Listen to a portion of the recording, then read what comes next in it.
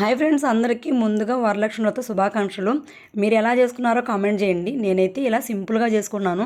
10 సంవత్సరం బొమ్మ పెట్టడానికి నేను వరలక్ష్మి వ్రతం రోజు ఎప్పుడు పెట్టనండి. ఎందుకంటే వరలక్ష్మి వ్రతం రోజు ఎవరింట్లో వాళ్ళు పూజ చేసుకుంటారు కాబట్టి మన ఇళ్ళకు వచ్చి అమ్మపారాయణ అయితే చేయరనమాట. అందుకని చెప్పేసి నేను సింపుల్గా ఇలా అయితే చేసుకున్నాను. దాని తోడు ముఖ్యమైన విషయం ఏంటంటే నాకు అమ్మవారిని చేయటం రాదు.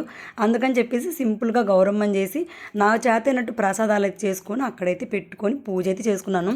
పూజ చేసుకున్నాక కనీసం ముగ్గురు ముత్తైదులను పిలిచి ప్రసాదం ఇస్తే మంచిదండి. అందుకని నేను అమ్మవారికి ఏ అయితే పెట్టానో సేమ్ అంతే వాళ్ళకు కూడా ప్లేట్లు అయితే రెడీ చేశాను అనమాట. ఎందుకంటే మన ఇంటికి వచ్చే ప్రతి ముత్తైదు అమ్మవారితో సమానం. వచ్చిన వాళ్ళకి కాళ్ళ పసుపు రాసి బొట్టు పెట్టి వాయినం ఇచ్చి మనం అక్షంతలు వేయించుకుంటే నిజంగా ఉదయం నుంచి మనం పడ్డ కష్టం అంతా పోయిద్దనమాట. అమ్మవారి మనం వచ్చి దీవిచ్చినట్టు అనిపిస్తుంది నాకైతే. మీకేమనిపిస్తుందో కామెంట్ చేయండి. ఈ వీడియో నచ్చితే మాత్రం లైక్ చేయండి. ఇదండి మా ఇంటి వరలక్ష్మి వ్రతం. మరి మీరు ఎలా చేసుకున్నారో కామెంట్ చేయండి. Bye bye.